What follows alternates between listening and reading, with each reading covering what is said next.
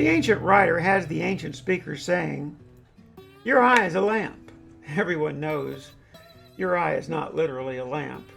In this 46-second soundbite, the ancient writer has the ancient speaker using a metaphor. The metaphor is very simple. He is saying, on that which you focus your mind's eye determines your character. The ancient writer offers these ancient words for Jesus concerning religion's most pervasive hindrance to a private inward journey. We are afraid we will not get what we want by being this way. Do not lay up for yourselves treasures upon earth, where moth and rust destroy, and where thieves break in and steal. But lay up for yourselves treasures in heaven, where neither moth nor rust destroys, and where thieves do not break in and steal. For where your treasure is, there will your heart be also. The lamp of the body is the eye. If therefore your eye is clear, your whole body will be full of light. But if your eye is bad, your whole body will be full of darkness. If therefore the light that is in you is darkness, how great is the darkness? No one can serve two masters. For either that one will hate the one and love the other, or that one will hold to the one and despise the other. You cannot serve Theos and Mammon. The modern Christian theist and the modern atheist most often portray the two concentrations in this ancient writing as being a literal earth and a literal heaven beyond the clouds.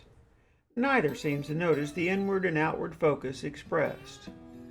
I refer you to the For Heaven's Sakes playlist for a better understanding of the 32 occurrences of the figure of speech, Kingdom of Heaven. The two concentrations the anonymous ancient writer has the ancient speaker speak are a focus on inward character versus a focus on an outward search for contentment. The treasures upon earth metaphor refers to being noticed and the rewards that come from it. The treasures in heaven reference comes from a speaker's contiguous line of thought. The treasure, contentment, that comes from having this way about you. Those who build within themselves the way to be inherit or build treasures within, in the kingdom of heaven. Thieves cannot steal, nor moths destroy the intangible contentment that comes from being in the way. Religion earns and maximizes its pay by the show. To be seen and heard yields both the outward notoriety and the tangible rewards sought by religion. The speaker encourages his listeners to examine their focus. Religion puts clothes on its back and food in its mouth by collecting from followers. For instance, religion teaches that one should have faith to give, but does not itself have faith enough to trust the results of secret giving. Long-lasting richness of character comes from an inward journey. The more one seeks to be seen and heard outwardly, the more one is distracted from that inward journey, and the less one understands concerning the location of this journey, the kingdom of heaven within yourself. The ancient speaker seems to be saying, I choose my treasure by on what I focus my mind's eye. If I desire others to see me and hear me as righteous, holy, godly, that's what I get. If I focus on personal character, I receive inward treasure within my secret self.